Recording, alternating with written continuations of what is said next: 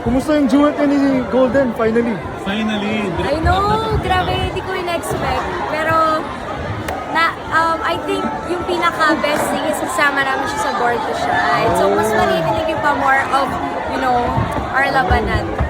So may mga labanan Pero Golden. as a group, Mixy kasi siya. Diba? mixy siya, yes. Ano sabi mo na namamayagpag ng ratings niyo? Wow, sobrang grateful lang talaga na patuloy pa rin minamahal ng mga tao. Yung mga humans, yung Born to Shine. So, sana tuloy-tuloy na to, guys. Sana magtagal pa lalo. Hanggang magkapamilya na kami, gano'n. Since maraming P-pop yung mga nag-guest doon, any dream P-pop na mag-guest? Siyempre, doon na tayo sa mga talagang Pinoy pride, like SB19, Beanie.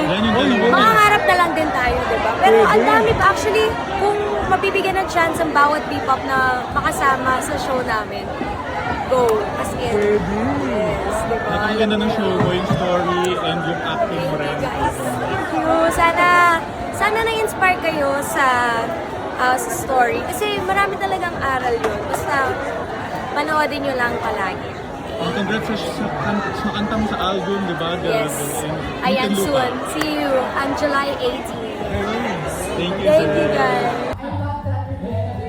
Grabe, syempre, that champion with the golden voice has returned, Golden Canieto. Golden, so far, kumusta naman ang pagbabalik sa puso? Sobrang saya po and namimiss ko talaga kumanta. So, I'm so happy to you too.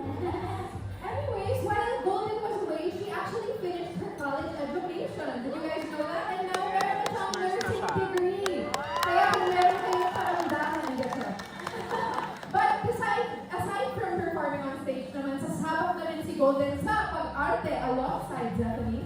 Dahil magsasama na sila from Born to Shine. Mga kapuso, abangan po ninyo ang ating special na pagganap bilang bagong member ng Mixie, ang P-pop girl group na makinig kalaban ng Yumi. Ayun, papasok po ako sa grupo, kasama po si Daisy Bonifacio.